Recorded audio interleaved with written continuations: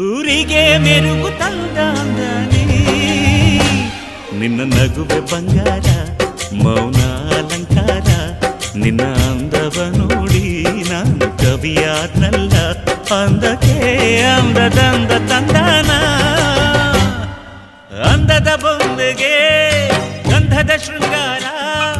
ಚಂದದ ಬೊಂಬೆಗೆ